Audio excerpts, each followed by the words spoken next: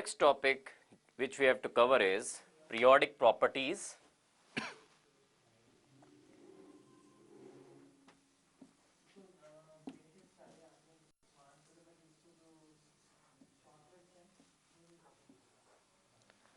So what are periodic properties? ऐसी properties which depend upon the electronic configuration of the atoms and show gradation while moving in the groups and while moving in the periods are called periodic properties. So what are periodic properties? These are the properties of the elements which depend upon the electronic configuration of their atoms and show a gradation. Gradation का meaning है कि एक particular उनका एक order होगा. जैसे atomic radius देखें तो एक साइड ग्रुप्स में मूव करेंगे तो इंक्रीज या डिक्रीज करेगा, जब पीरियड्स में मूव करेंगे तो इट विल इंक्रीज और डिक्रीज, जो भी व्हाटसोएवर, दैट इज ग्रेडेशन. सो ऐसी properties which depend upon the electronic configuration of their atoms and show a gradation while moving in a period or in a group are called periodic properties. सबसे पहली periodic property which we have to cover is atomic radius.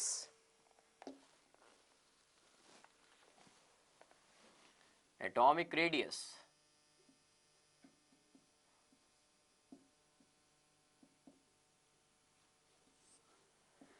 So atomic radius क्या है? It is the distance, ये distance है from the center of the nucleus to the outermost shell या to the outermost electron. But जो absolute value है atomic radius की, that cannot be determined. क्यों determine नहीं की जा सकती? Because हमने किया है ये कि probability of finding the electron, जैसे ये nucleus है और 1s ऑर्बिटल की बात करें, 1s शेल की बात करें इन केस ऑफ हाइड्रोजन, तो उसमें हमने कहा कि ऑर्बिटल्स होते हैं. ऑर्बिटल का मीनिंग क्या हुआ कि probability that space 3D space around the nucleus where the probability of finding the electron is maximum. लेकिन ऐसा रूल आउट नहीं किया जा सकता कि इलेक्ट्रॉन इसके बाहर नहीं हो सकता. 90 to 95% इसके बीच में होना चाहिए, लेकिन 5% प्रोबेबिलिटी इलेक्ट्रॉन को फाइंड आउट करने की बाहर भी है. तो हम ये नहीं कह सकते कि the distance from the center of the nucleus to the outermost electron की इलेक्ट्रॉन लास्ट वाला यहीं पे होगा, एक पर्टिकुलर डिस्टेंस पे होगा. This can not be said because electron बाहर भी हो सकता है. so therefore absolute value atomic radius की नहीं निकाली जा सकती. एक तो ये रीजन है कि नहीं निकाली जा सकती. सेकंड रीजन है कि जो एटम है उसको आइसोलेट नहीं किया जा सकता. An atom can not be isolated. Number 3, जब एटम एक पर्टिकुलर एनवायरनमेंट में होगा, एक कोवेलेंट बॉन्ड बनाया होगा, हो सकता है आयनिक बॉन्ड बनाया हो सकता है van der Waals force of interaction हो, तो हर एक एनवायरनमेंट में एटॉमिक रेडियस डिफरेंट होगा. So absolute value of atomic radius can not be determined. Therefore according to the environment कौन से बॉन्ड्स बने हैं, कौन सी फोर्सेस ऑफ इंटरेक्शन है, उनके बेसिस पे 3 तरह से एटॉमिक रेडियस को डिफाइन किया जा सकता है. First type is covalent radius. First is covalent radius.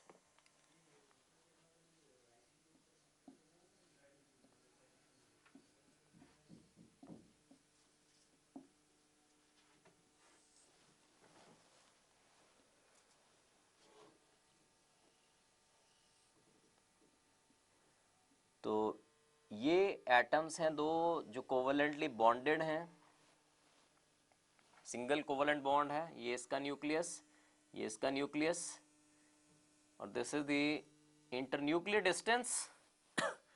और इसका जो हाफ होगा, इतना जो हाफ होगा, that will be called the covalent radius.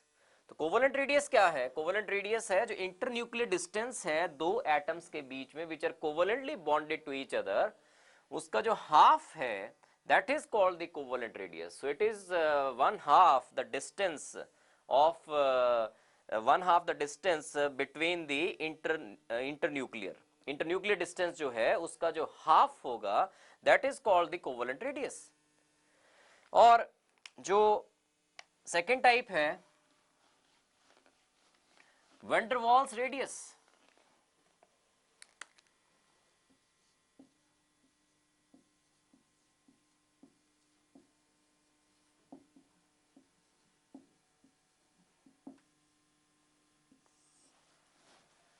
दो मॉलिक्यूल्स हैं, first molecule let it be like this, और एक और मॉलिक्यूल है, और इन दोनों मॉलिक्यूल्स के बीच में वंडरवॉल फोर्सेस ऑफ इंटरेक्शन है अगर, तो जो एडजेसेंट एटम्स हैं डिफरेंट मॉलिक्यूल्स के of the same substance, adjacent atoms of the two different molecules, ये मॉलिक्यूल अलग है, ये मॉलिक्यूल अलग है, जो इसके एडजेसेंट एटम्स हैं ये वाला और ये वाला, इनके बीच में जो न्यूक्लियस इंटरन्यूक्लियर डिस्टेंस है उसका जो हाफ होगा that is called the van der Waals radius. तो देखिए ये दो मॉलिक्यूल्स हैं जिनके बीच में फोर्स ऑफ इंटरेक्शन कौन सी है, वंडरवॉल फोर्स ऑफ इंटरेक्शन, और ये एडजेसेंट एटम्स हैं, सिमिलर एटम्स हैं of two different molecules of the same substance, और इनके दो न्यूक्लियस हैं ये वाले, इसका जो डिस्टेंस होगा इंटरन्यूक्लियर डिस्टेंस उसका जो हाफ होगा that is called the van der Waals radius. Third type is metallic radius, और मेटालिक रेडियस क्या है कि it is the internuclear distance, जो एडजेसेंट एटम्स होंगे मेटालिक क्रिस्टल में और जो adjacent same similar type of atoms होंगे उनके बीच में जो इंटरन्यूक्लियर डिस्टेंस है उसका हाफ नहीं होगा, जो इंटरन्यूक्लियर डिस्टेंस है between the adjacent similar atoms in a metallic crystal is called metallic radius. तो तीन तरह के किए, एक कोवलेंट रेडियस, कोवलेंटली बॉन्डेड जो है एटम्स उनके बीच में जो इंटरन्यूक्लियर डिस्टेंस है उसका जो हाफ है that is the covalent radius. Van der Waals radius क्या है, ये डिफरेंट मॉलिक्यूल्स हैं जो एडजेसेंट एटम्स हैं सिमिलर एटम्स, उनके बीच में जो इंटरन्यूक्लियर डिस्टेंस है उसका जो हाफ है that is called the van der Waals radius. और third type is metallic radius. Metallic radius क्या बताया, जो एडजेसेंट एटम्स होंगे, साथ साथ वाले जो दो एटम्स होंगे सिमिलर एटम्स, उनके बीच में जो इंटरन्यूक्लियर डिस्टेंस होगा उसका हाफ नहीं किया है यहाँ पे, उनका जो इंटरन्यूक्लियर डिस्टेंस होगा that is called the metallic radius. और लेंथ देखी जाए तो वंडरवॉल्स रेडियस की लेंथ मैक्सिमम है,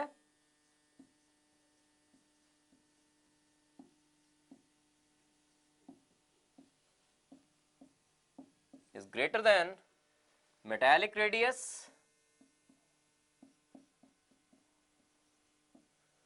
and this is greater than covalent radius.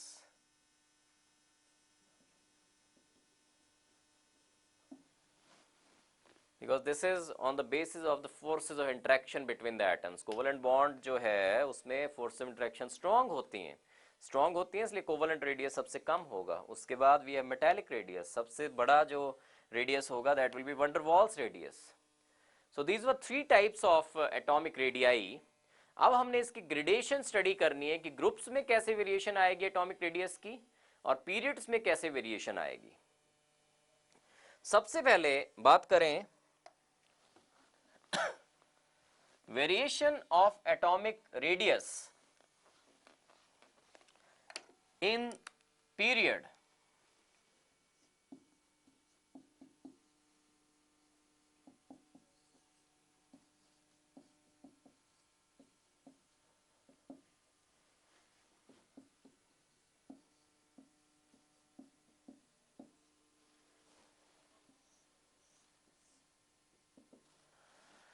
अब किसी भी पीरियड की बात करें, पीरियड्स मैंने आपको बताया था क्या थे पीरियड्स, ये वाली हॉरिजॉन्टल रोज जो हैं दीज आर पीरियड्स, ऐसे को these are periods, horizontal rows these are periods.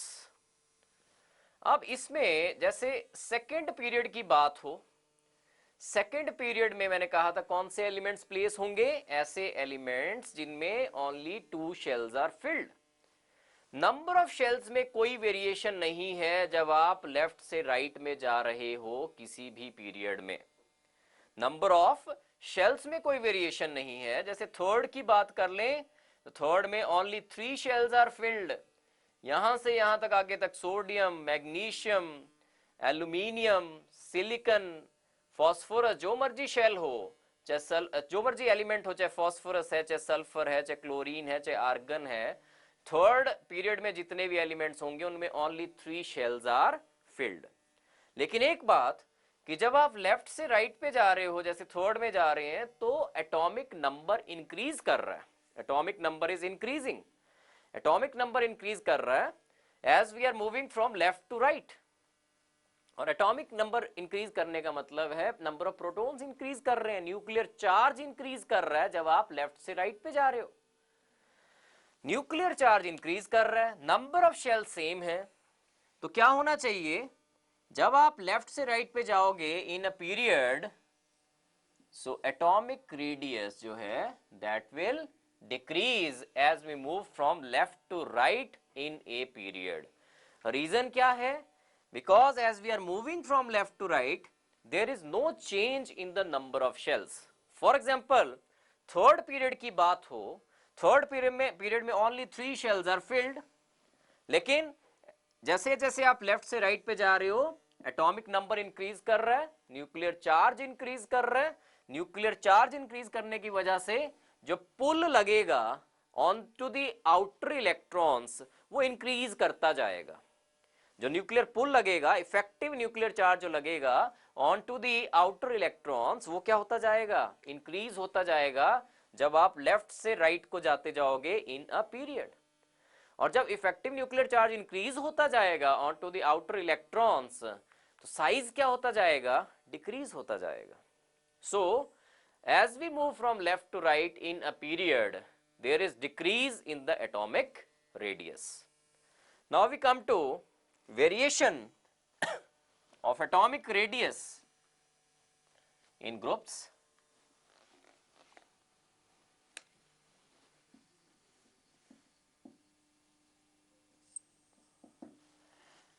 अब ग्रुप्स क्या थे, वर्टिकल कॉलम्स, जैसे ये बात करें सेकेंड ग्रुप, ये फर्स्ट ग्रुप, तो जो वर्टिकल कॉलम्स हैं दीज आर द ग्रुप्स।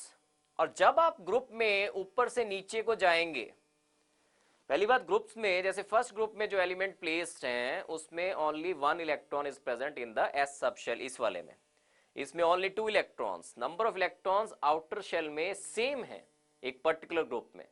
लेकिन जैसे जैसे आप नीचे को जा रहे हो तो नंबर ऑफ शेल्स क्या हो रही हैं, इंक्रीज हो रही हैं। यहाँ पे ओनली 1 शेल फील्ड है, यहाँ पे सेकंड 2 शेल्स फील्ड हैं, 3 4 5 6 7, नंबर ऑफ शेल्स क्या होती जा रही हैं, इंक्रीज होती जा रही हैं as we are moving down the group. Number of shells increase कर रही हैं, न्यूक्लियर चार्ज भी इंक्रीज कर रहा है, नो डाउट न्यूक्लियर चार्ज भी इंक्रीज कर रहा है as we are moving down the group. लेकिन जो इफेक्ट है, कौन सा effect, effect of increase in the number of shells, effect of increase in the number of shells जो है that will dominate over the effect of increase in the nuclear charge।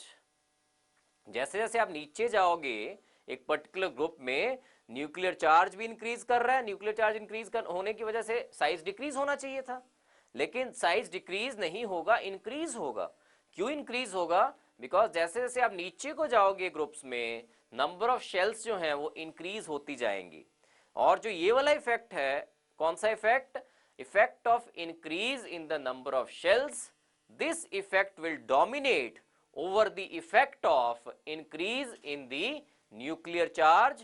इसलिए as we move down the group atomic size increases down the group, atomic size will increase down the group and atomic size decreases along a period। तो दोनों आपको clear होने चाहिए, as we move down the group there is increase in the atomic radius, as we move along a period there is decrease in the atomic radius। अब बात करें atomic radius जो है कंपेयर करने हो अगर केटाइंस और एटम्स के,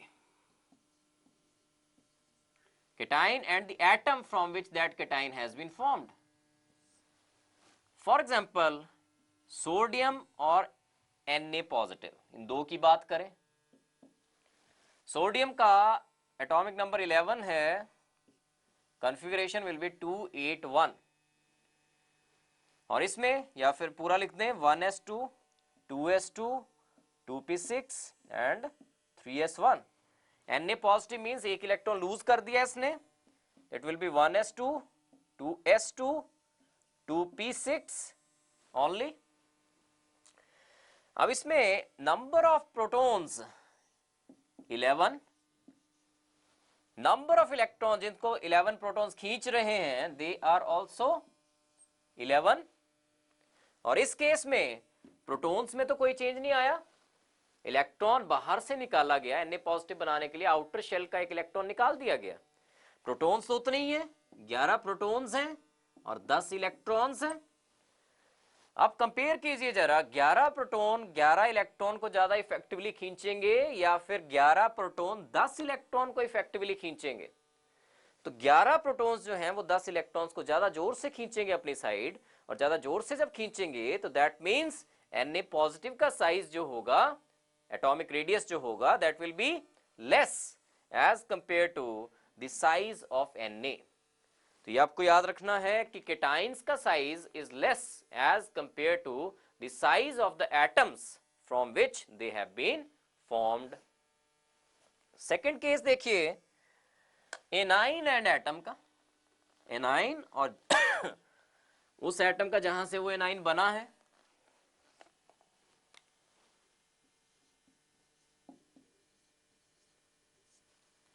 इसमें एग्जांपल ले लेते हैं Cl एंड Cl नेगेटिव का।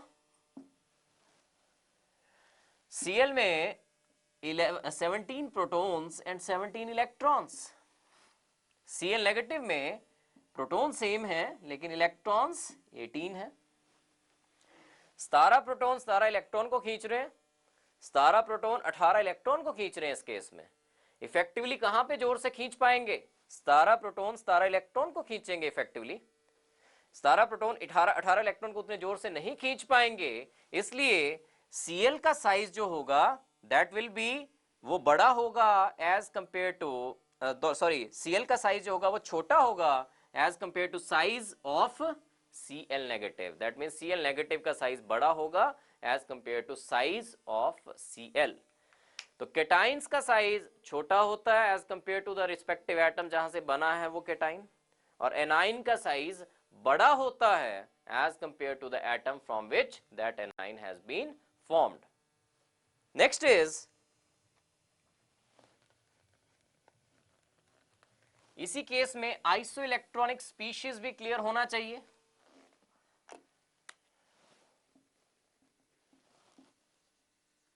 आइसोइलेक्ट्रॉनिक स्पीशीज का साइजेस अगर कंपेयर करने को आ जाए आपको,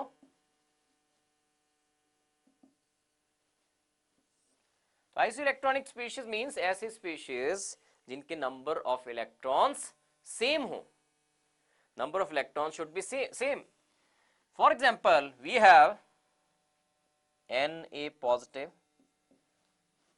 Mg2 पॉजिटिव, Al3 पॉजिटिव। तीनों में कितने इलेक्ट्रॉन्स हैं? Na पॉजिटिव में 10 इलेक्ट्रॉन, 11 होते हैं वैसे, एक लूज कर दिया Na ने, Na पॉजिटिव बन गया, 10 इलेक्ट्रॉन, 10 इलेक्ट्रॉन इसमें भी 10 इलेक्ट्रॉन। तो एल्यूमिनियम के वैसे 13 इलेक्ट्रॉन होते हैं। Al3 पॉजिटिव मींस 3 इलेक्ट्रॉन्स ने लूज किए हैं। Next we have F negative, O2 negative, N3 negative. जितनी भी स्पीशीज हैं ये वाली, these are isoelectronic species, all of them contain 10 electrons. F negative में 10 इलेक्ट्रॉन, F के पास 9 होते हैं, एक गेन किया है इसने 10। ऑक्सीजन के पास 8 होते हैं, 2 गेन किए हुए हैं इसलिए 10। N के पास 7 होते हैं, 3 गेन किए हुए हैं इसलिए 10। So all these species have 10 electrons. These are all isoelectronic species. Next come to their atomic sizes. इनके sizes क्या क्या होंगे, इनका sizes कैसे वेरिएशन होगी? तो इसमें आप देखिए, इसमें 13 प्रोटॉन्स हैं, 10 electron. Electrons are same in all the cases. 12 proton 10 electron, 11 proton 10 electron, 9 protons 10 electron, 8 protons 10 electrons, 7 protons and 10 electrons. अब आप पुल देख लीजिए, किसमें इफेक्टिव पुल लगेगा?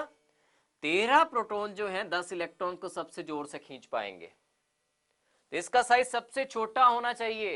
Al3 पॉजिटिव का साइज सबसे छोटा होगा, उसके बाद Mg2 पॉजिटिव, उसके बाद Na पॉजिटिव, उसके बाद F नेगेटिव, उसके बाद 2 नेगेटिव, उसके बाद N3 नेगेटिव। तो साइजेस की वेरिएशन देखिए, Al3 पॉजिटिव सबसे छोटा, उसके बाद Mg2 positive, and after that we have Na positive, then we have F negative, then O2 negative, then N3 negative, sorry N3 negative. तो ऐसे केसेस में आपने नंबर ऑफ प्रोटॉन्स और नंबर ऑफ इलेक्ट्रॉन्स देख लेने हैं और देखना है कि किस में सबसे ज्यादा प्रोटॉन्स सबसे कम इलेक्ट्रॉन्स को खींच रहे हैं, उसमें इफेक्टिव पुल होगा, इफेक्टिव न्यूक्लियर चार्ज इसमें सबसे ज्यादा होगा 10 इलेक्ट्रॉन को 13 प्रोटॉन बहुत जोर से खींचेंगे अपनी साइड को, दैट मीन्स इसका साइज सबसे छोटा होना चाहिए। So this was atomic radius. Next जो हमने पीरियोडिक प्रॉपर्टी डिस्कस करनी है, that is ionization energy. Next property which we have to discuss is ionization energy.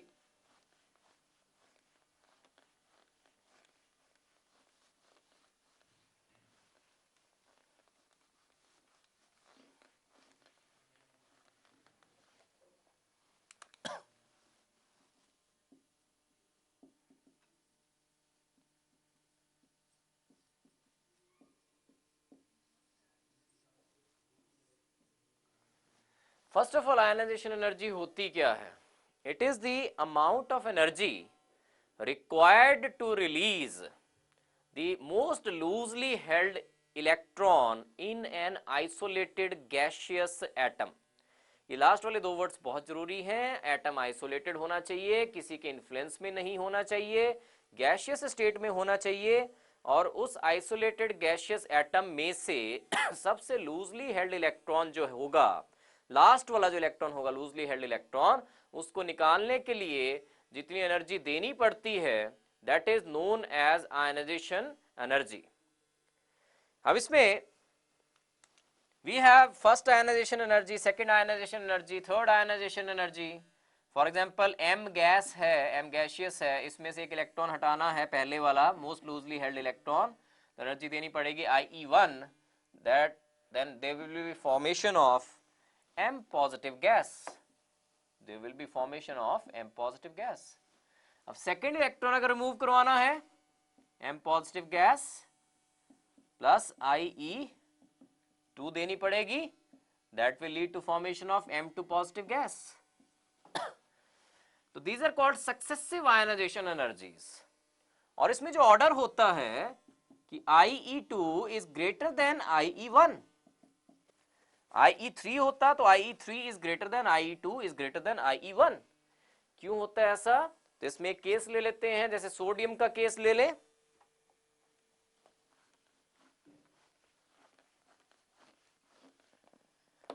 Sodium में से इलेक्ट्रॉन निकालना है पहले वाला, अगर तो कौन से वाला निकालना है? देखिए 281, तो 11 प्रोटॉन थे पहले और 11 इलेक्ट्रॉन थे, लास्ट वाला इलेक्ट्रॉन निकालना था आपने। अब जब Na पॉजिटिव बन गया तो Na पॉजिटिव गैस में क्या केस है? 2 8, these are the electrons. Protons कितने हैं? 11 प्रोटॉन्स हैं और 10 इलेक्ट्रॉन्स हैं इसमें। और वैसे भी जब फर्स्ट इलेक्ट्रॉन आपने निकाल दिया यहां से, उसके बाद जब आपने सेकंड इलेक्ट्रॉन निकालना है तो बहुत ही स्टेबल कॉन्फ़िगरेशन में से निकालना है। 2 और 8, अब ऑक्टेट पूरा है Na पॉजिटिव का, स्टेबलाइज हो चुका है ये। अब इसमें से अगर इलेक्ट्रॉन निकालना होगा तो आपको ज्यादा एनर्जी देनी पड़ेगी। तो energy has to be provided more as compare to that provided in the first case. और it is a stable configuration. वैसे भी आप रख सकते हैं कि यहाँ पे 11 प्रोटॉन्स थे, 11 इलेक्ट्रॉन्स थे, तो इफेक्टिव न्यूक्लियर चार्ज जो लग रहा था लास्ट वाले इलेक्ट्रॉन पे कम लग रहा था। इस केस में इफेक्टिव न्यूक्लियर चार्ज जो लगेगा लास्ट वाले इलेक्ट्रॉन पे ज्यादा लगेगा। तो जैसे जैसे एक एक इलेक्ट्रॉन रिमूव करते जाओगे, नेक्स्ट इलेक्ट्रॉन अगर निकालना हो तो वो मुश्किल से निकाला जाएगा, डिफिकल्टी से निकाला जा सकेगा। सो दैट मीन्स जो सक्सेसिव आयनाइजेशन एनर्जीज होंगी, IE2 will be greater than IE1, IE3 will be greater than IE2। So these were successive ionization energies। next we have to cover up कौन से factors हैं जिसपे ionization energy depend करती है। Factors on which ionization energy depends। first factor is atomic radius या atomic size। तो size जितना बड़ा होगा इफेक्टिव न्यूक्लियर चार्ज उतना कम लगेगा लास्ट वाले इलेक्ट्रॉन पे, और जितना कम लगेगा इफेक्टिव न्यूक्लियर चार्ज लास्ट वाले इलेक्ट्रॉन को निकालना उतना इजी होगा। तो लार्जर द एटॉमिक रेडियस या larger the atomic size less will be the ionization energy. Second factor is nuclear charge.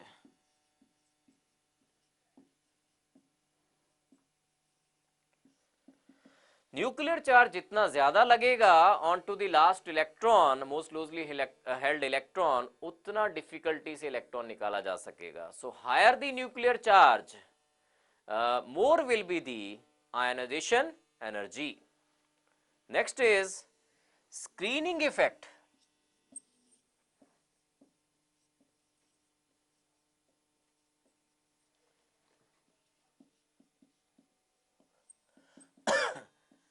देखिए होता क्या है कि जो लास्ट वाला इलेक्ट्रॉन है, ये मान लीजिए न्यूक्लियस है, ये लास्ट इलेक्ट्रॉन है जिसको निकालना है आपने, उसके बीच वाली शेल्स में भी इलेक्ट्रॉन्स होंगे।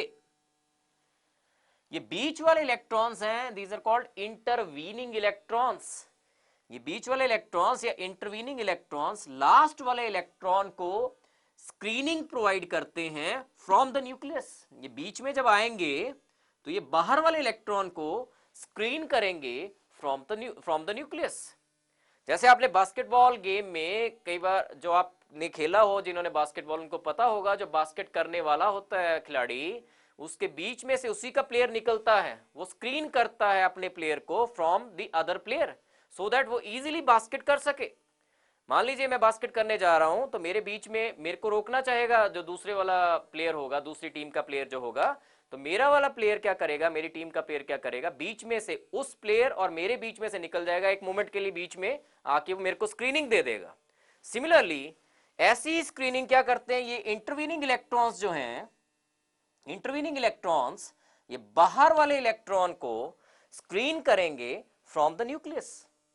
दैट मीन्स जो बाहर वाले इलेक्ट्रॉन पे Z लगेगा, न्यूक्लियर चार्ज लगेगा, वो पूरा का पूरा नहीं लगेगा जितना कि उसका होता है न्यूक्लियर चार्ज।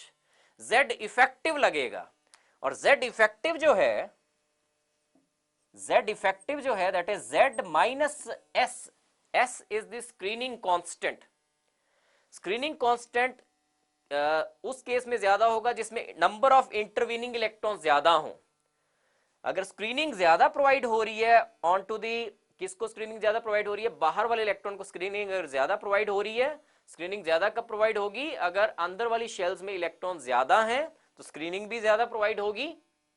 जितनी ज्यादा स्क्रीनिंग प्रोवाइड होगी उतना ज्यादा स्क्रीनिंग कांस्टेंट, जितना ज्यादा स्क्रीनिंग कांस्टेंट उतना कम Z इफेक्टिव, और जितना कम Z इफेक्टिव उतना लेस आयनाइजेशन एनर्जी। जितना कम होगा effective nuclear charge on to the outer electron उतना इजीली लास्ट वाला इलेक्ट्रॉन रिमूव करवाया जा सकता है। दैट मीन्स उतना कम आयनाइजेशन एनर्जी प्रोवाइड करनी पड़ेगी। सो थर्ड फैक्टर जो था दैट वाज स्क्रीनिंग इफेक्ट। जितनी ज्यादा स्क्रीनिंग होगी उतना इजीली बाहर वाले इलेक्ट्रॉन को निकाला जा सकता है, उतना कम आयनाइजेशन एनर्जी देनी पड़ेगी to remove the last electron. Fourth जो फैक्टर है that is the penetration effect.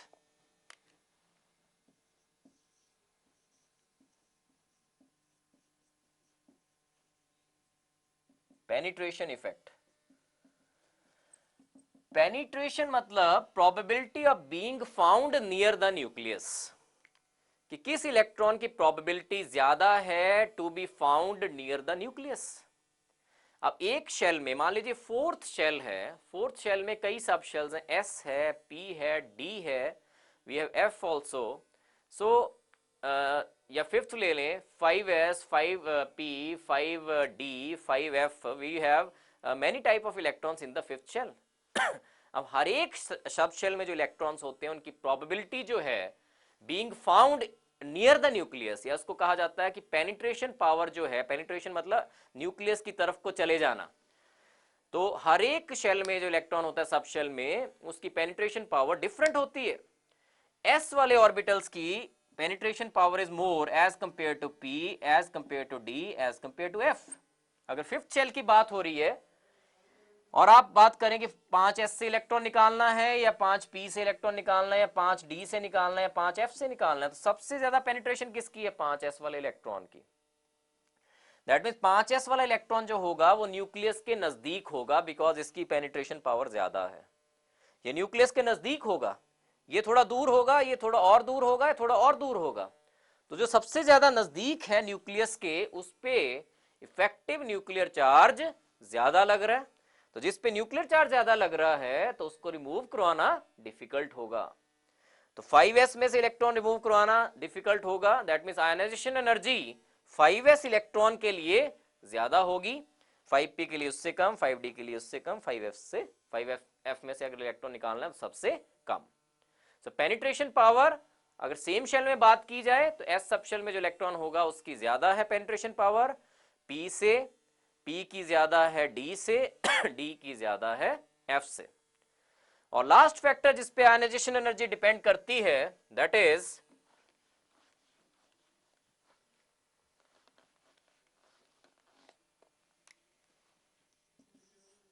Electronic configurations.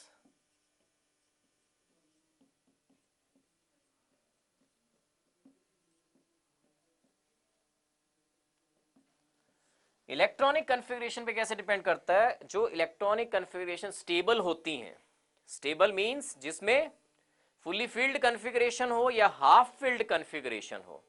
Fully filled configurations and half filled configurations are more stable as compare to other configurations. So जो stable configurations हैं उसमें से electron remove करवाना है अगर last वाला, तो आयनाइजेशन एनर्जी ज्यादा प्रोवाइड करवानी पड़ेगी।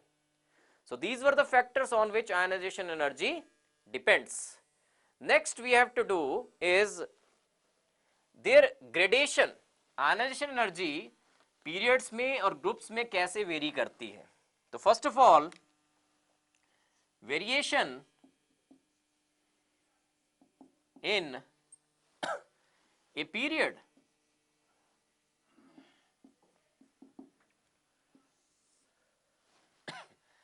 तो पीरियड्स में अभी मैंने आपको बताया कि पीरियड्स में जब आप लेफ्ट टू राइट जा रहे हो तो एटॉमिक साइजेस को क्या हो रहा है? डिक्रीज होते जा रहे हैं। एटॉमिक साइजेस अगर डिक्रीज होते जा रहे हैं तो effective nuclear charge last electron पे, इस केस में इलेक्ट्रॉन दूर है न्यूक्लियस से, तो इसको रिमूव करवाना इजी होगा, इसको रिमूव कराना डिफिकल्ट होगा, इसको रिमूव कराना और डिफिकल्ट होगा, इसको रिमूव कराना और डिफिकल्ट होगा, because effective nuclear charge on to the last electron वो इंक्रीज कर रहा है जैसे आप पीरियड में मूव कर रहे हो। सो आयनाइजेशन एनर्जी क्या होगी? That will increase along a period. This is the general variation. जो डिफरेंट हम स्पेशल वेरिएशंस करेंगे, कुछ केसेस होंगे वो हम अलग अलग जब एस के, पी के, डी के ब्लॉक एलिमेंट्स स्टडी करेंगे उसमें कुछ एक्सेप्शनल बिहेवियर्स भी आएंगे। This is just the general behaviour कि जब आप पीरियड में मूव कर रहे हो तो क्योंकि एटॉमिक साइज इस साइड को डिक्रीज कर रहा है तो लास्ट इलेक्ट्रॉन पे इफेक्टिव न्यूक्लियर चार्ज भी इंक्रीज कर रहा है, इसलिए ionization energy will also increase as we move from left to right in a period. Next is variation in a group.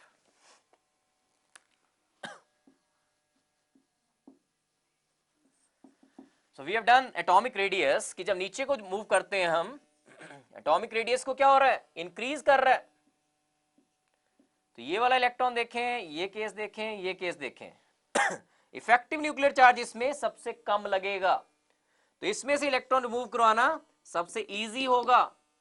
तो as we move down the group ionization energy decreases down the group.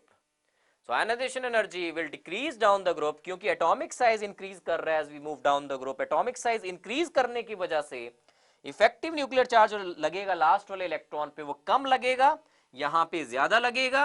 यहां से electron remove करवाना difficult है, यहां से electron remove करवाना easy है, therefore ionization energy इसमें ज्यादा होगी और it will decrease as we move down the group. So this was the second periodic property, that was ionization energy.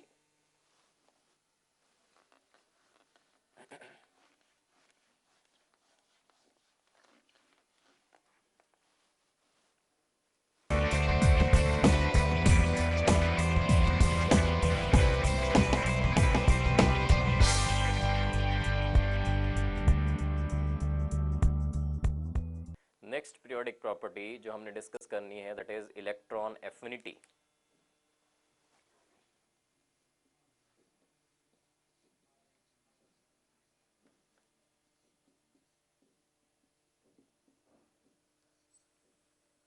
सबसे पहले इलेक्ट्रॉन एफिनिटी है क्या? It is the amount of energy released when an electron is added to an isolated gaseous atom. तो जब एक electron आप add करते हैं एक आइसोलेटेड न्यूट्रल गैसियस एटम में, तो जितनी एनर्जी रिलीज होती है that is known as electron affinity. That is isolated gaseous atom A है मान लीजिए, उसमें एक इलेक्ट्रॉन ऐड करें तो then it will lead to formation of a negative gas. along with this there will be energy released which is called electron affinity। अब जैसे ionization energy में हमने सक्सेसिव आयनाइजेशन एनर्जीज किया, similarly in case of electron affinity also we have successive electron affinities. जब first electron add करना है तो energy release होगी, लेकिन दिस इज EA1। जब सेकेंड इलेक्ट्रॉन ऐड करोगे आप, सेकेंड इलेक्ट्रॉन एफिनिटी की जब बात करें तो एनर्जी चाहिए होगी इलेक्ट्रॉन ऐड करने के लिए।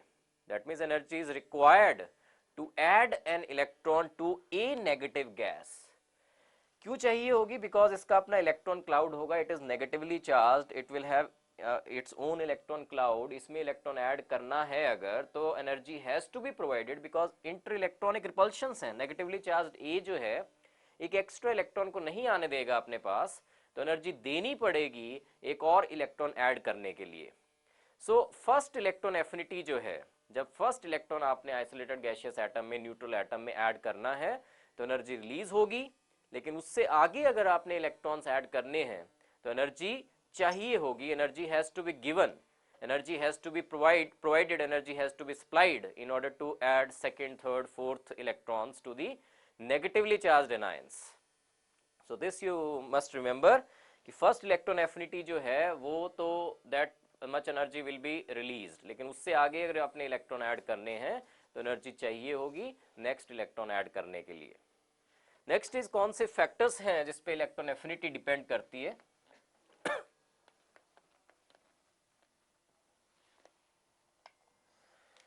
Factors on which electron affinity depends.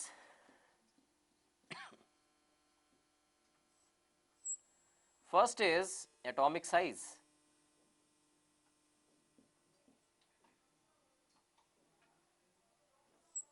First is atomic size. So atomic size पे कैसे डिपेंड करती है कि जितना बड़ा साइज होगा एटम का, जितना बड़ा साइज होगा एटम का, उतना इनकमिंग इलेक्ट्रॉन को उतना ज्यादा न्यूक्लियर चार्ज नहीं मिलेगा। तो लार्जर द एटॉमिक साइज उतना डिफिकल्टी से एक इलेक्ट्रॉन ऐड किया जाता है, बिकॉज जितना बड़ा एटम होगा, जैसे आप दो कंसीडर कीजिए केसेस, एक छोटा एटम ये वाला और एक बड़े वाला एटम ये वाला इसमें इलेक्ट्रॉन ऐड करना इजी है। क्यों इजी है? बिकॉज इनकमिंग इलेक्ट्रॉन को जो न्यूक्लियर चार्ज लग रहा है, देखिए डिस्टेंस कम है न्यूक्लियस से, तो इनकमिंग इलेक्ट्रॉन को nuclear charge, effective nuclear charge काफी ज्यादा लग रहा है। लेकिन इस केस में अगर आपने इलेक्ट्रॉन ऐड करना है तो इनकमिंग इलेक्ट्रॉन को जो न्यूक्लियर चार्ज है वो कम लग रहा है, बिकॉज साइज बड़ा है इस एटम का। तो जितना बड़ा होगा एटम का साइज, इलेक्ट्रॉन एफिनिटी उस केस में कम होगी। नेक्स्ट फैक्टर जो है that is nuclear charge.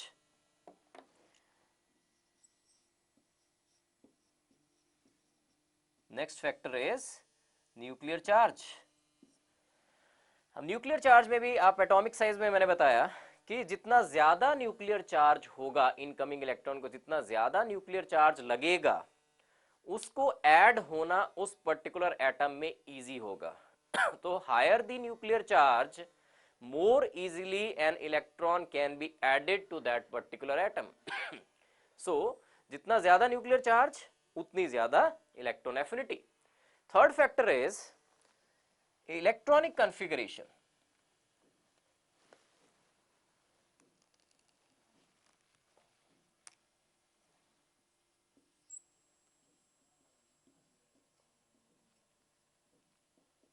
Third factor is electronic configuration. तो कई कॉन्फ़िगरेशंस होती हैं जो बहुत स्टेबल होती हैं, जैसे नोबल गैसेस की कॉन्फ़िगरेशन है। नोबल गैसेस की कॉन्फ़िगरेशंस क्या हैं? जैसे NS2 NP 6, तो ऑलरेडी स्टेबल कॉन्फ़िगरेशन है, ऑक्टेट पूरा है, तो इसको एक और इलेक्ट्रॉन की जरूरत नहीं है। सो जो स्टेबल इलेक्ट्रॉनिक कॉन्फ़िगरेशंस हैं उसमें इलेक्ट्रॉन ऐड करना बहुत डिफिकल्ट होगा।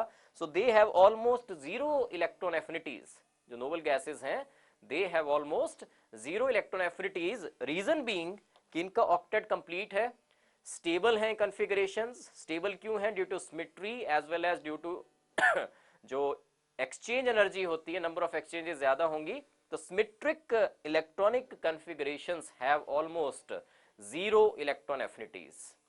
लेकिन एक तरफ देखें हैलोजेंस की कॉन्फ़िगरेशन, NS2 NP5, ये हैलोजन की बात कर रहा हूं नीचे वाला मैं, NS2 NP5, तो इसको स्टेबल होने के लिए एक और इलेक्ट्रॉन चाहिए, one more electron is required इस केस में इसको स्टेबल होने के लिए। तो इसकी बहुत ज्यादा टेंडेंसी होगी कि ये एक इलेक्ट्रॉन गेन करे। So halogens have very high electron affinities. So configuration पे डिपेंड करता है कि कौन सी कॉन्फ़िगरेशन स्टेबल है। जो स्टेबल है उनको इलेक्ट्रॉन नहीं चाहिए, और ऐसी टाइप हैं जो NS2 NP5 टाइप, उनको इलेक्ट्रॉन चाहिए। तो दैट मीन्स वो इलेक्ट्रॉन्स जल्दी से एक्सेप्ट करेंगे, उनकी इलेक्ट्रॉन एफिनिटीज काफी हाई होंगी। नेक्स्ट इज जो ट्रेंड है इसका इलेक्ट्रॉन एफिनिटी का in the groups and the periods. Trends इसके इलेक्ट्रॉन एफिनिटी के in the groups and the periods.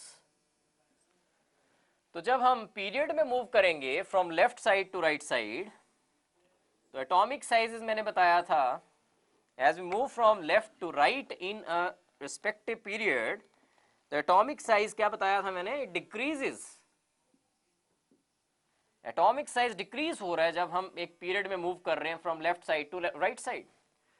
So atomic size decrease होने की वजह से effective nuclear charge to the incoming electron, जो लास्ट शेल में ऐड होना चाहता है इलेक्ट्रॉन, उसको इफेक्टिव न्यूक्लियर चार्ज ज्यादा मिलेगा जब आप लेफ्ट से राइट की साइड को जाओगे। तो जब साइज डिक्रीज हो रहा है इन अ पीरियड, तो इलेक्ट्रॉन एफिनिटी को क्या होना चाहिए? इलेक्ट्रॉन एफिनिटी इंक्रीज करेगी। लेकिन जो हैलोजेंस हैं they have highest electron affinities. ये जो हैलोजेंस हैं 17th फैमिली, इनकी इलेक्ट्रॉन एफिनिटीज जो है हाईएस्ट होंगी in their respective periods. These halogens fluorine, chlorine, bromine, iodine, astatine, they have highest electron affinities. But जब आप इससे भी आगे जाओगे तो ट्रेंड यही जनरल वाला नहीं रहेगा कि जैसे आप लेफ्ट से राइट जा रहे हो पीरियड में तो इलेक्ट्रॉन एफिनिटी मैंने कहा इंक्रीज करेगी क्योंकि साइज डिक्रीज कर रहा है, लेकिन यहां तक इंक्रीज करेगी हैलोजेंस तक। हैलोजेंस के बाद जो helium, neon, argon, krypton, xenon, radon है, ये वाले जो नोबल गैसेस हैं, इनकी इलेक्ट्रॉनिक कॉन्फ़िगरेशन है NS2 NP6, स्टेबल कॉन्फ़िगरेशंस हैं, और क्योंकि इनकी स्टेबल कॉन्फ़िगरेशंस हैं इनकी electron affinity will be almost zero. So halogens में भी अगर डिस्कस करें तो एक एक्सेप्शन है जो बाद में भी डिस्कस करूंगा, उससे पहले हम ग्रुप्स डिस्कस कर लें। हैलोजेंस में एक एक्सेप्शनल बिहेवियर इलेक्ट्रॉन एफिनिटी में, बट उससे पहले ग्रुप्स में क्या होगा? ग्रुप्स में इलेक्ट्रॉन एफिनिटी को क्या होना चाहिए? जब आप ग्रुप में मूव करोगे ऊपर से नीचे, एटॉमिक साइज को क्या हो रहा है? एटॉमिक साइज जो है that is increasing. As we move down the group, atomic size increases down the group. So therefore, जो incoming electron है उसको देखिए, लास्ट वाले केस में देखिए, इसमें साइज बड़ा है, incoming electron को न्यूक्लियस से काफी न्यूक्लियर चार्ज बहुत कम लग रहा है। Therefore, as we move down the group, electron affinity decreases. Now, coming to the exceptional behavior of halogens. Halogens में मैंने कहा कि वैसे तो साइज जो है फ्लोरीन का सबसे छोटा है, उसके बाद क्लोरीन का बड़ा, उससे बड़ा, उससे बड़ा, नीचे को एटॉमिक साइज इंक्रीज हो रहा है। लेकिन फ्लोरीन का इलेक्ट्रॉन एफिनिटी जो है एक्सेप्शनली लोअर वैल्यू है as compare to that of chlorine. जैसे these are electron affinities on the Y axis, this is atomic number. तो कुछ ऐसे करके ट्रेंड आता है, this is fluorine, then chlorine, then bromine, then iodine, ऐसे करके ट्रेंड है कि ClBrI में तो बिल्कुल वैसा ट्रेंड है कि जैसे आप नीचे जा रहे हो ग्रुप में, एटॉमिक साइज इंक्रीज हो रहा है as we are moving down the group, therefore जो इनकमिंग इलेक्ट्रॉन होगा, जो आप इलेक्ट्रॉन ऐड कर रहे हो, उसको इफेक्टिव न्यूक्लियर चार्ज नीचे वाले केस में कम लग रहा है, इसलिए उसमें इलेक्ट्रॉन ऐड करना मुश्किल होगा, देयरफॉर इसका इलेक्ट्रॉन एफिनिटी वैल्यू कम होगी। देयरफॉर क्लोरीन की सबसे ज्यादा, ब्रोमीन की उससे कम, आयोडीन की उससे कम, लेकिन फ्लोरीन की तो सबसे ज्यादा होनी चाहिए थी, क्योंकि फ्लोरीन का साइज तो और भी छोटा है। इफ दिस इज फ्लोरीन, इसका साइज तो और भी छोटा है, इफेक्टिव न्यूक्लियर चार्ज और ज्यादा लगना चाहिए था इस केस में, और इसकी इलेक्ट्रॉन एफिनिटी मैक्सिमम होनी चाहिए थी, लेकिन ऐसा नहीं है। ऐसा क्यों नहीं है? बिकॉज फ्लोरीन का बहुत ही कम साइज है और 9 इलेक्ट्रॉन्स हैं इसके पास, और 9 इलेक्ट्रॉन जो है बहुत ही क्राउडेड स्पेस में है। ऑलरेडी इलेक्ट्रॉन्स बहुत ही कम स्पेस में है, तो एक एक्स्ट्रा इलेक्ट्रॉन ऐड करना डिफिकल्ट हो जाएगा because of the inter electronic repulsions. तो due to inter electronic repulsions, F जो है एक एक्स्ट्रा इलेक्ट्रॉन नहीं ऐड करवाना चाहता। ये नहीं कह रहा मैं कि ऐड नहीं होगा, इसकी टेंडेंसी है इलेक्ट्रॉन लेने की, बिकॉज इसकी कॉन्फ़िगरेशन भी वही है NS2 NP5, ये भी एक और इलेक्ट्रॉन लेके अपना ऑक्टेट पूरा करना चाहता है। लेकिन अगर रिलेटिव कंपैरिजन किया जाए फ्लोरीन और क्लोरीन का, क्लोरीन में जो वैलेंस इलेक्ट्रॉन्स हैं वो बड़ी शेल में है, और इसमें जो इलेक्ट्रॉन्स हैं 7 इलेक्ट्रॉन वैलेंस इलेक्ट्रॉन, वो छोटी शेल में है। छोटी शेल में 7 इलेक्ट्रॉन, इंटर इलेक्ट्रॉनिक रिपल्शन बहुत ज्यादा होगी, क्राउडेड है ऑलरेडी, एक और इलेक्ट्रॉन ऐड नहीं किया जा सकता, डिफिकल्टी से ऐड किया जाएगा as compare to chlorine, because इसमें 7 इलेक्ट्रॉन जो है क्लोरीन में वो थोड़े बड़ी शेल में है, तो एक एक्स्ट्रा इलेक्ट्रॉन ऐड करना इजी होगा क्लोरीन में as compare to that in fluorine. Therefore due to inter electronic repulsions, fluorine has lower electron affinity as compare to chlorine. Next जो लास्ट वाले मैंने बताए हैलोजन्स के बाद, noble gases, they have almost 0 electron affinities.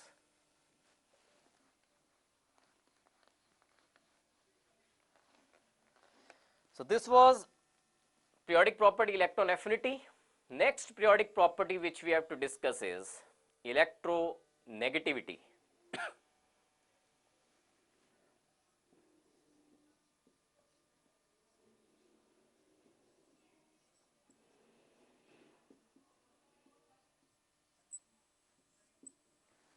So first of all, electronegativity है क्या? Electronegativity होता है कि tendency of an atom to attract the shared pair of electrons towards itself. जो कोवेलेंट बॉन्ड होता है, जैसे HCl है, शेड पेयर ऑफ इलेक्ट्रॉन इसमें it will be more towards chlorine. क्यों होगा क्लोरीन की side? Because chlorine is more electronegative as compare to hydrogen. Chlorine की टेंडेंसी ज्यादा है शेड पेयर ऑफ इलेक्ट्रॉन को अपनी तरफ खींचने की as compare to that of hydrogen. तो इसको हम कहते हैं केमिस्ट्री पॉइंट ऑफ व्यू से कि क्लोरीन की इलेक्ट्रोनेगेटिविटी ज्यादा है as compare to that of hydrogen. So electronegativity क्या है? इलेक्ट्रोनेगेटिविटी है कि क्या टेंडेंसी है किसी भी एटम की शेड पेयर ऑफ इलेक्ट्रॉन्स को अपनी तरफ खींचने की। So electronegativity is the tendency of an atom to attract the shared pair of electrons towards itself. Electronegativity measure करने के कई मेथड्स हैं, डिफरेंट साइंटिस्ट ने डिफरेंट मेथड्स दिए हैं। फर्स्ट इज पॉलिंग स्केल है, पॉलिंग ने जो दिया था, and according to Pauling scale जो इलेक्ट्रोनेगेटिविटी डिफरेंस है between two elements XA minus XB, अगर दो एटम्स हैं A एंड B जिनके बीच में कोवेलेंट बॉन्ड है, तो इलेक्ट्रोनेगेटिविटी डिफरेंस जो होगा XA minus XB according to Pauling scale is equal to 0.208 into this you have to remember, and this delta is equal to EAB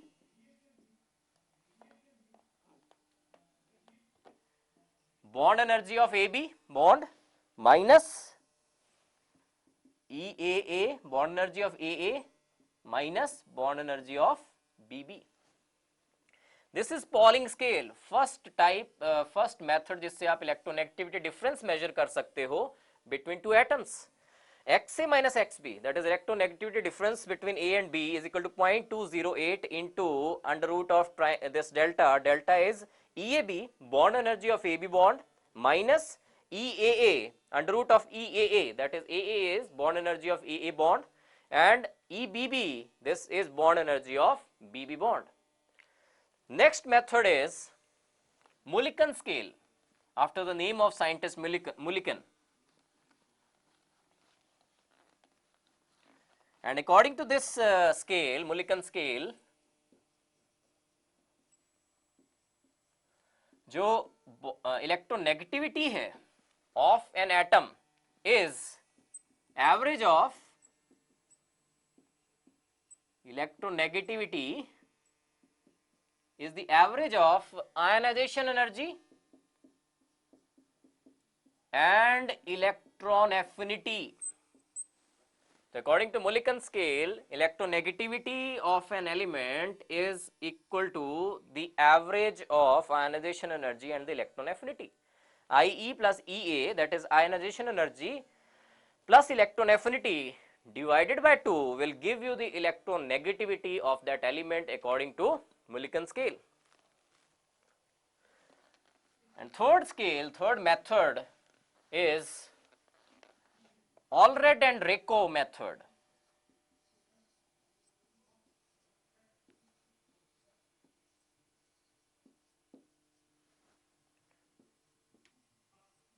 Allred and Rayco scale. And according to this scale, electronegativity is equal to 0.359 into Z upon R square plus 0.744. So this is Allred and Rayco scale. Electronegativity is equal to 0.359 into Z upon R square plus 0.744, and in this Z is the charge and R is the covalent radius of that atom in angstrom. R is the covalent radius of that element in angstrom, and Z is the nuclear charge of that element. So this you have to remember. According to Allred and Rayco scale, electronegativity is equal to 0.359 into Z upon R square plus 0.744. This you have to remember. So these were the three scales, and this was electronegativity.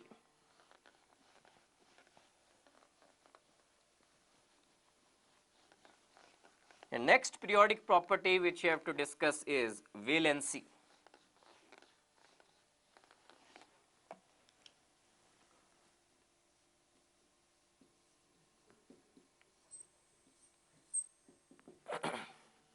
So valency क्या है? Valency है कि combining capacity क्या है किसी element की. Combining capacity of an element is known as the valency. और इसको भी वैलेंसी को भी कई मेथड्स हैं, और एक मेथड है वैलेंसी कैसे एक्सप्रेस की जा सकती है. वैलेंसी क्या है किसी एटम की, किसी एलिमेंट की? It is the number of hydrogen और the halogen atoms which combine, number of the hydrogen or the halogen atoms, or double the number of oxygen atoms which combine with one atom of that element.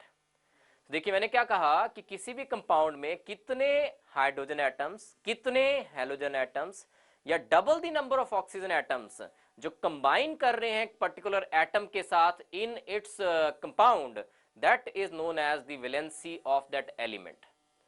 For example ये वाला period consider कर लेते हैं, sodium वाला third period consider कर लेते हैं कि Na के साथ कितने हाइड्रोजन कंबाइन होंगे. हाइड्राइड कौन सा बनेगा थर्ड में? NaH.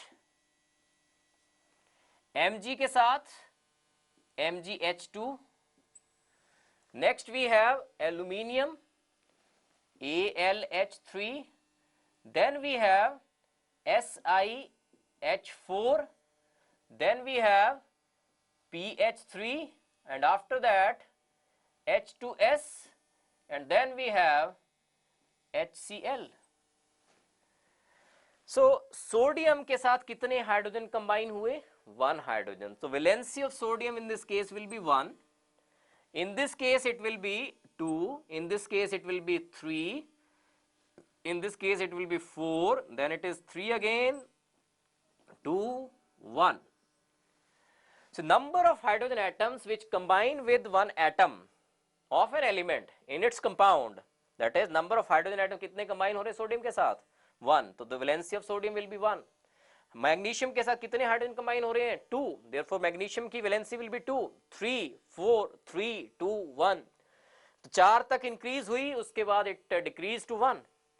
सिमिलरली इसी के साथ आप देखें sodium, magnesium, aluminium, silicon, phosphorus, sulphur and chlorine के साथ कितने कितने हैलोजन कंबाइन हो सकते हैं. जैसे Cl की बात करें, NaCl, then we have MgCl2 similar manner में, then we have AlCl3, then we have SiCl4, then we have PCl3, and after this sulfur के साथ SCl2, then we have Cl2. Sodium के साथ कितने क्लोरीन? 1, 2, 3, 4, यहां पे अगेन 3, अगेन 2, देन 1. एक Cl के साथ एक Cl. So with respect to hydrogen अगर कंसिडर करें, पहले वैलेंसी जो है with respect to hydrogen it increases up to 4, as well as with halogen such as chlorine it increases up to 4, and then it decreases to 1.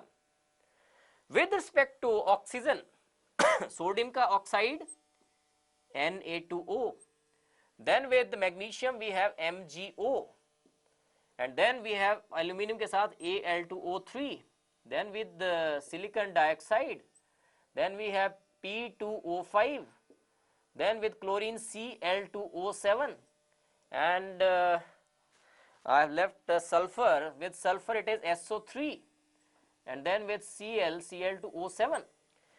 तो oxygen के respectively valency क्या होती है कि जितने ऑक्सीजन एटम्स एक एटम के साथ कंबाइन हुए हैं उसका डबल कर दीजिए, that will give the valency with respect to oxygen.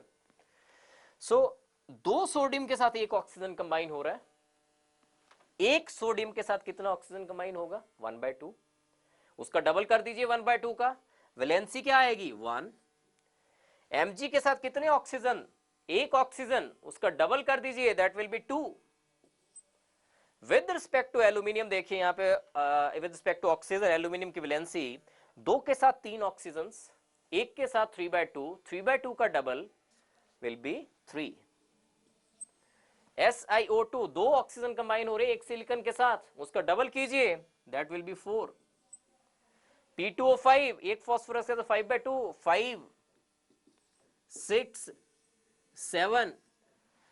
So with respect to oxygen अगर वैलेंसी देखें कि क्या ट्रेंड है as we are moving from left to right in a period, so it is only increasing from 1 to 7.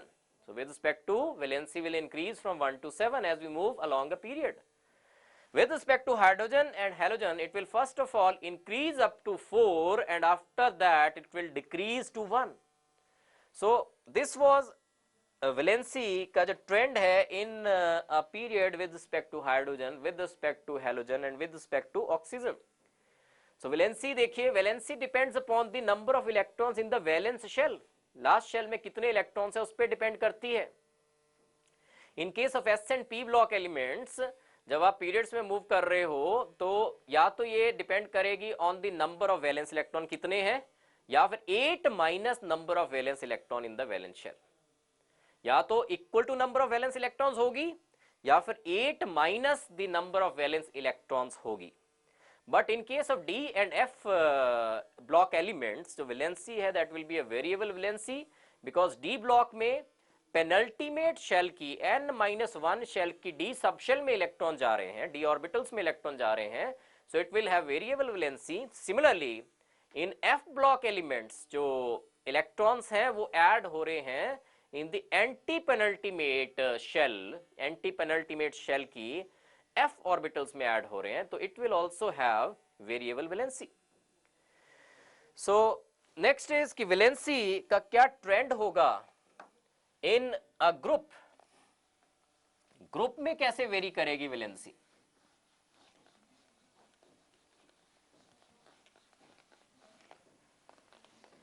तो मैंने कहा valency depends upon the number of electrons in the valence shell, number of electrons कितने हैं valence shell पे, उस पे depend करती है।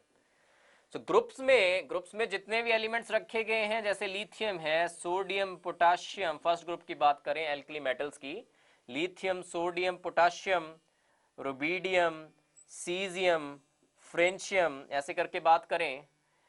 सो वैलेंसी क्या होगी, क्योंकि जनरल कॉन्फ़िगरेशन क्या है, NS1, सारों की NS1। So valency will remain same, valency will not change,